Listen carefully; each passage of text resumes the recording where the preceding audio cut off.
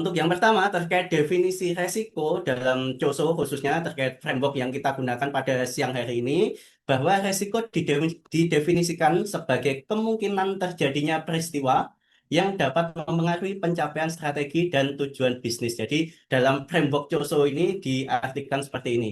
Jadi resiko itu titik beratnya adalah kemungkinan terjadinya peristiwa, bahwa peristiwa itu belum pasti terjadi. Jadi terkadang kalau Bapak Ibu menuliskan resiko itu adalah suatu hal yang sudah pasti terjadi, berarti itu bisa dikatakan kurang tepat, bahwa resiko itu kemungkinan terjadinya itu belum ada atau belum mungkin terjadi seperti itu. Sedangkan resiko dan manajemen resiko itu juga dua hal yang berbeda, Bapak Ibu.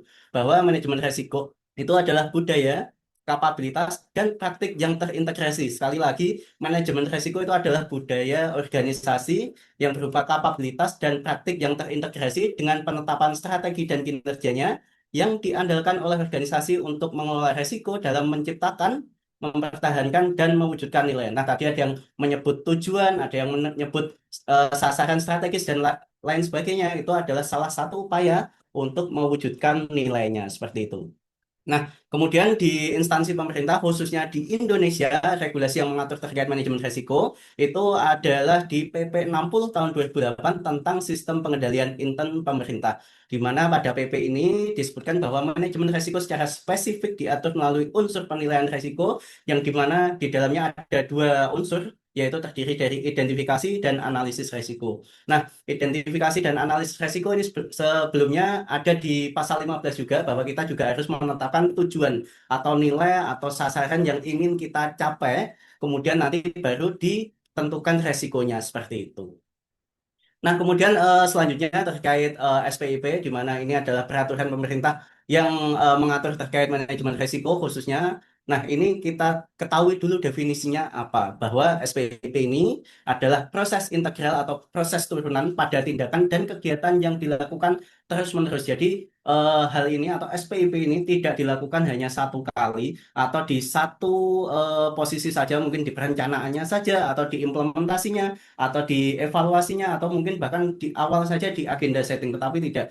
Tetapi ini dilakukan terus-menerus oleh pimpinan dan seluruh pegawai untuk memberikan keyakinan yang memadai atas tercapainya tujuan organisasi. Nah, keyakinan apa kok sampai SPIP ini berani menggaransi itu? Jadi ketika instansi menerapkan SPIP dengan baik, maka diharapkan ada empat hal yang didapatkan instansi tersebut. Yang pertama adalah efektivitas dan efisiensi, di mana SPIP ini menjamin kelancaran kegiatan dari operasional suatu instansi itu.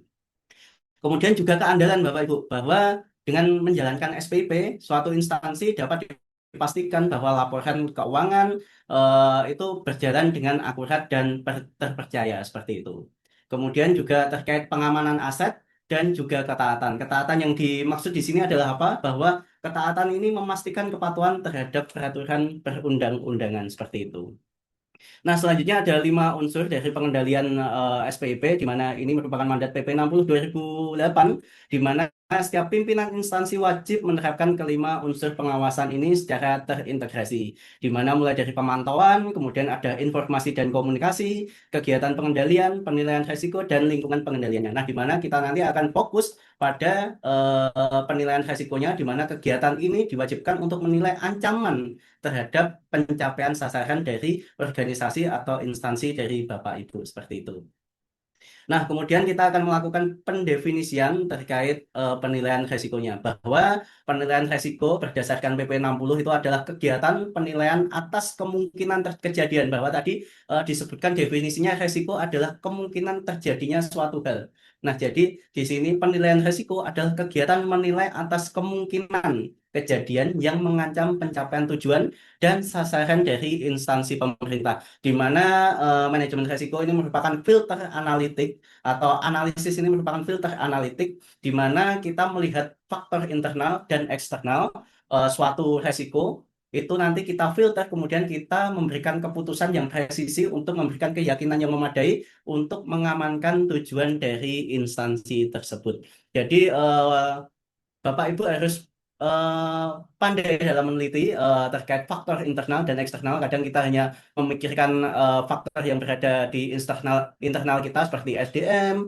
kemudian juga sarana dan prasarana, kemudian juga anggaran dan lain sebagainya. Tetapi kita sering melupakan faktor yang ada di eksternal seperti mungkin bencana dan lain sebagainya, kemudian perubahan perundang-undangan dan lain sebagainya itu juga kita bisa definisikan untuk menganalisis dari resiko tersebut. Kemudian kita lanjut seperti yang saya sampaikan tadi bahwa pada tahap penilaian risiko ini sebenarnya ada tiga. Jadi tadi kalau yang disampaikan bahwa pada pasal 13 itu ada tiga penetapan atau tahapan penilaian risikonya mulai dari penetapan tujuan, kemudian ada identifikasi risiko, kemudian kita akan melakukan analisis risiko. Di mana penetapan tujuan ini adalah menetapkan arah agar risiko dapat diukur dengan baik karena resiko tidak dapat diukur tanpa kejelasan tujuan operasional dan strategis. Nah, seringkali kita menganalisis resiko itu dari hal-hal yang mungkin masih abu-abu. Jadi, terkait resiko yang kita ukur adalah resiko yang memiliki syarat mutlak, mulai dari spesifik, terukur, dapat dicapai, realistis, dan juga terikat waktu seperti itu. Jadi, mulai dari tujuan itu harus strategis juga. Kemudian tujuan kegiatan biasanya kita melakukan identifikasi resiko. Kalau pada penyusunan Renstra kemarin kita diamanatkan untuk menyusun identifikasi resiko pada sasaran strategis. Mungkin kalau di tingkat eselon 1 berarti sasaran program, di tingkat eselon 2 berarti sasaran kegiatan. Bahkan identifikasi resiko ini bisa kita lanjutkan sampai ke dalam tataran yang paling bawah atau kegiatan, yaitu pada ranah rincian outputnya seperti itu. Kemudian syarat mutlak tadi bahwa analisis ini kita ibaratkan sebagai mesin di mana untuk mencapai tujuan itu kita harus menetapkan tujuan instansi yang harus smart tadi, kemudian tujuan tingkatan kegiatan serta kita harus melakukan komunikasi secara menyeluruh. Di mana hal ini wajib dipahami oleh seluruh pejabat dan pegawai sebelum melakukan identifikasi resiko secara baik seperti itu. Kemudian juga kita untuk langkah kedua harus melakukan identifikasi resiko atau mendeteksi ancaman tadi bahwa kita ketahui ancaman ini berasal dari faktor internal dan juga eksternal. Saya sampaikan sebelumnya bahwa pada faktor internal itu bisa berasal dari SDM yang tidak memadai, kemudian tadi saya sebutkan bahwa ada keterbatasan anggaran, infrastruktur, atau peralatan kerja yang kurang. Kemudian jangan dilupakan juga terkait faktor eksternal yang ada seperti bencana alam, kemudian perkembangan teknologi yang destruktif atau yang terus-menerus atau yang merusak, kemudian juga hadirnya regulasi baru ini yang perlu Bapak Ibu pahami atau Bapak Ibu perhatikan seperti itu. Jadi proses mengenali penghambat pencapaian tujuan ini dilakukan melalui pemeringkatan kualitatif ataupun kuantitatif dan juga pembahasan pimpinan dan analisis dari temuan audit seperti itu. Nah, kemudian mandat SPIP kita juga harus melakukan analisis resiko, di mana hal ini untuk mengukur keparahan, untuk menentukan pengaruh resiko terhadap pencapaian tujuan organisasi, karena tidak semua resiko itu setara, Bapak Ibu. Karena ada resiko yang terkait biayanya dan manfaatnya itu lebih besar biayanya, tetapi manfaatnya sebenarnya lebih kurang. Jadi sebenarnya kita bisa mengabaikan resiko tersebut. Nanti di bagian akhir menggunakan framework Yoso akan kita lihat bersama bagaimana sih resiko yang dapat kita hindari, kemudian resiko yang dapat kita tindak lanjuti ataupun resiko yang wajib benar-benar kita tindak lanjuti seperti itu. Kemudian juga pada analisis resiko ini kita dimandatkan bahwa pimpinan wajib menentukan risk tolerance atau resiko yang dapat diterima itu tadi, bahwa apakah batas toleransi resiko ini ditentukan dengan mempertimbangkan keseimbangan antara aspek biaya dan juga manfaatnya itu tadi. Nah, kemudian juga dijelaskan pada PP 60 ini bahwa pemilik resiko yang menetapkan arah dan budaya dari instansi ini harus menjamin beberapa hal. Yang pertama, menciptakan lingkungan dengan menegakkan integritas, nilai, etika, dan kepemimpinan yang kondusif. Kemudian juga memberikan wewenang yang tepat kepada pegawai sesuai tanggung jawab, serta pengambilan keputusan dan penentu batas aman atau menetapkan selera resiko yang saya sampaikan sebelumnya itu tadi. Kemudian juga terkait peran APIP, mungkin dari Bapak Ibu, jika di KL biasanya ada KL atau pemerintah daerah, itu biasanya ada inspektorat ataupun satuan pengawas. Ini merupakan mitra strategis yang independen yang memastikan bahwa sistem navigasi ini berfungsi akurat, di mana fungsi APIP ini bisa sebagai peringatan dini atau early warning, kemudian juga penjamin mutu, katalisator, yaitu meningkatkan efektivitas dari manajemen risiko itu. Kemudian juga tata kelola untuk memelihara dan meningkatkan kualitas tata kelola kepemerintahan yang baik seperti itu. Nah, di sini ada matriks dari sinergi, di mana ada beberapa dimensi yang akan diukur antara pimpinan instansi dan APIP-nya. Jika kita berbicara terkait status dan peran, bahwa pimpinan instansi di sini adalah pemilik risiko atau risk owner, sedangkan fungsi APIP adalah pengkaji yang independen. Kemudian terkait fokus utamanya adalah menetapkan tujuan merancang dan menjalankan manajemen risiko itu untuk pimpinan instansi. Sedangkan untuk APIP atau auditor internal itu adalah mengevaluasi dan memberikan rekomendasi perbaikan dari tujuan atau rancangan risiko yang sudah dibuat. Kemudian sikap terhadap risiko bahwa pimpinan ini menentukan toleransi tadi, menentukan batas toleransi untuk mengambil keputusan. Kemudian kalau APIP ini memberikan peringatan dini atas risiko yang ada. Kemudian di tanggung jawab akhir bahwa pimpinan ini bertanggung jawab terhadap pencapaian tujuan dari instansi. Kalau APIP ini berfungsi sebagai kualitas tata kelola dan efektivitas dari sistemnya seperti itu. Nah, kemudian kita akan melakukan integrasi bahwa SPIP dan COSO ini bukan kerangka yang berbeda, tetapi COSO ini adalah kerangka yang menguatkan untuk kita melakukan manajemen risiko atau melakukan analisis risiko tersebut. Jadi, jika SPIP itu fokus pada kepatuhan, pengamanan, dan pencegahan kesalahan administratif, ketika kita mengintegrasikan COSO juga dalam pelaksanaan manajemen kita, itu dapat memberikan impact langsung dengan strategi, kemudian juga penetapan tujuan, dan juga penciptaan nilai organisasi. Nah, pada kerangka COSO ini ada 20 prinsip yang dapat kita pelajari bersama, di mana fokusnya ada pada 5 komponen yang saling terintegrasi, dan 20 prinsip itu mendukung penciptaan, perlindungan, serta perwujudan nilai organisasi. Di mana ada 5 prinsip utama, yaitu ada tata kelola dan budaya, di mana ada 5 prinsip yang ada di sini, mulai dari melaksanakan pengawasan, melaksanakan pengawasan resiko oleh dewan atau pimpinan, kemudian juga menetapkan struktur operasionalnya, kemudian mendefinisikan budaya yang diinginkan, kemudian juga menentukan komitmen terhadap nilai-nilai inti, serta menarik, mengembangkan, dan mempertahankan individu yang kompeten. Kemudian yang kedua ada prinsip strategi dan penetapan tujuan, di mana ada 4 prinsip, yaitu menganalisis konteks, kemudian menetapkan selera resiko, mengevaluasi alternatif strategi, serta merumuskan tujuan dari organisasi tersebut. Nah, nanti kita akan berfokus pada poin ketiga, yaitu kinerjanya, di mana kita akan membahas untuk mengidentifikasi resiko, menilai tingkat keparahan resiko, serta memprioritaskan resiko, menerapkan respon, serta mengembangkan pandangan portofolio resiko. Kemudian setelah kinerja ini diterapkan, nanti akan ada komponen tinjauan dan revisi, serta informasi, komunikasi, dan pelaporan. Di mana ada 3 prinsip yang ada pada masing-masing komponen ini, mulai dari menilai perubahan organisasi, meninjau risiko dan kinerja yang sudah dilakukan, kemudian melakukan perbaikan berkelanjutan dalam manajemen risiko.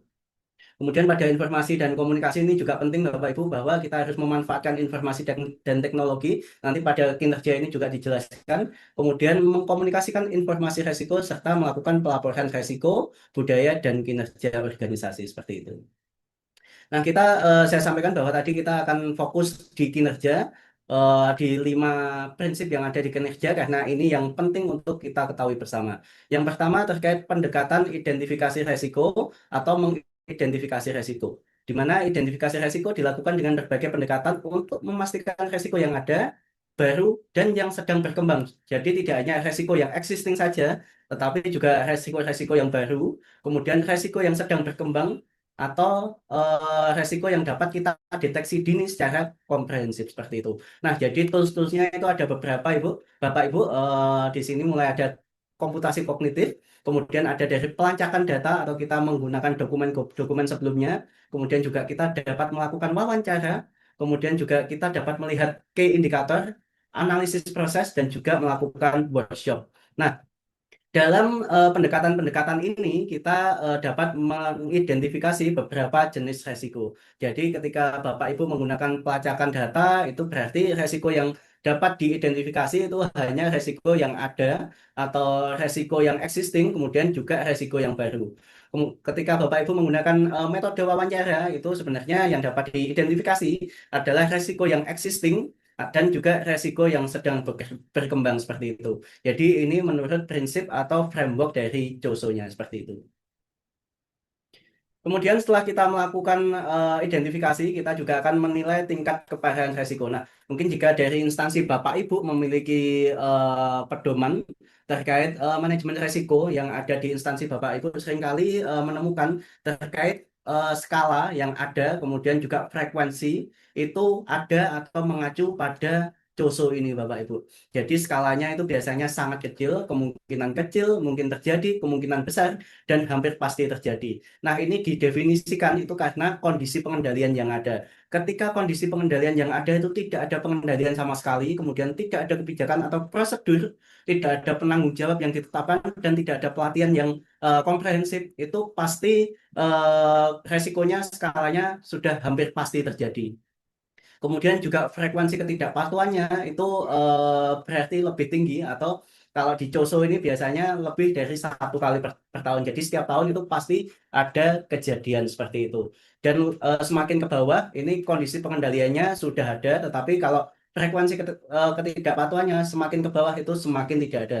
Dan kadang untuk di area frekuensi ketidakpatuhan ini seringkali berbeda. Kadang instansi atau setiap pimpinan lembaga itu memberikan frekuensi ini sering berbeda-beda. Ada yang membuat terkait skala resiko hampir pasti itu lebih dari 10 kali atau 12 kali dalam 1 tahun. Jadi setiap bulannya itu pasti terjadi resiko itu. Kemudian ada juga yang mengikuti hanya 1 kali setiap tahun. Nah, itu tadi berdasarkan keputusan dari pimpinan instansi tersebut. Jadi apakah resiko-resiko ini frekuensinya itu ditentukan berapa, itu tadi kembali lagi ke pimpinan instansi. Tapi secara COSO atau secara framework yang diakui secara internasional bahwa frekuensi ketidakpatuhannya ini diatur sedemikian rupa saja sudah cukup seperti itu. Kemudian juga terkait jenis dampak resiko, di mana ada beberapa jenis dampak. Ini juga di peraturan Bapak Ibu mungkin sering melihat ketika melakukan identifikasi resiko juga sering melihat Bapak Ibu terkait jenis dampak resikonya mulai dari legal, kemudian juga finansial, kemudian operasional, reputasi, kesehatan dan keselamatan, serta kemampuan dari mencapai target strategis. Nah, jika ada beberapa dampak yang diaplikasikan dalam instansi Bapak Ibu, persis seperti ini, berarti instansi Bapak Ibu ini sudah menerapkan atau mengadopsi sistem dari COSO ERM ini, seperti itu. Nah, kemudian juga terkait memprioritaskan resiko atau agenda selanjutnya atau komponen selanjutnya adalah memprioritaskan resiko, di mana ini nanti adalah pertemuan dari dampak dan juga frekuensi yang ada. Ini adalah titik perkaliannya. Jika dampaknya tinggi, frekuensinya tinggi, itu nanti pasti almost certain atau katastrofik atau ini nanti ada di zona merah. Jadi ini menuntut intervensi dari Dewan Direksi atau pimpinan instansi untuk memberikan respon khusus dan pemantauan ketat yang berkelanjutan seperti itu. Jika ada di zona kuning, ini berarti membutuhkan rencana mitigasi yang efisien dari pemilik resiko. Jadi resikonya tidak terlalu besar, makanya untuk sumber daya yang dikeluarkan juga tidak harus terlalu besar seperti itu, Bapak Ibu. Kemudian jika di zona hijau ini biasanya kita hanya menerima resikonya, jadi hanya perlu dilakukan pemantauan secara periodik agar resiko ini tidak membesar, kemudian juga memberikan dampak yang signifikan kepada pencapaian tujuan dari instansi Bapak Ibu seperti itu. Nah, kemudian kita lanjut pada kegiatan selanjutnya di kinerja yaitu menerapkan respon resiko. Nah, di sini ada 4 penerapan dari respon, mulai dari menghindari, kemudian kita bisa mengurangi, kemudian kita bisa membagi atau menerimanya. Nah, ini nanti juga saya sediakan contohnya bahwa seperti yang pertama terkait menghindari atau avoid, bahwa tindakan ini menghentikan program yang berisiko sangat tinggi, yang tidak dapat dikendalikan, dan ini atau di luar kemampuan dari organisasi. Nah, contohnya bahwa kita dapat membatalkan kerjasama dengan pihak ketiga yang memiliki rekam jejak pelanggaran hukum atau membatalkan kegiatan di lokasi dengan potensi konflik kepentingan yang tinggi. Karena hal ini apa tadi bahwa tindakannya ini adalah menghentikan program beresiko sangat tinggi. Jadi karena resikonya tinggi di apa dikhawatirkan akan mengganggu tujuan dari instansi, maka kita memilih untuk menghindari seperti itu. Kemudian juga ada respon, yaitu mengurangi atau reduce.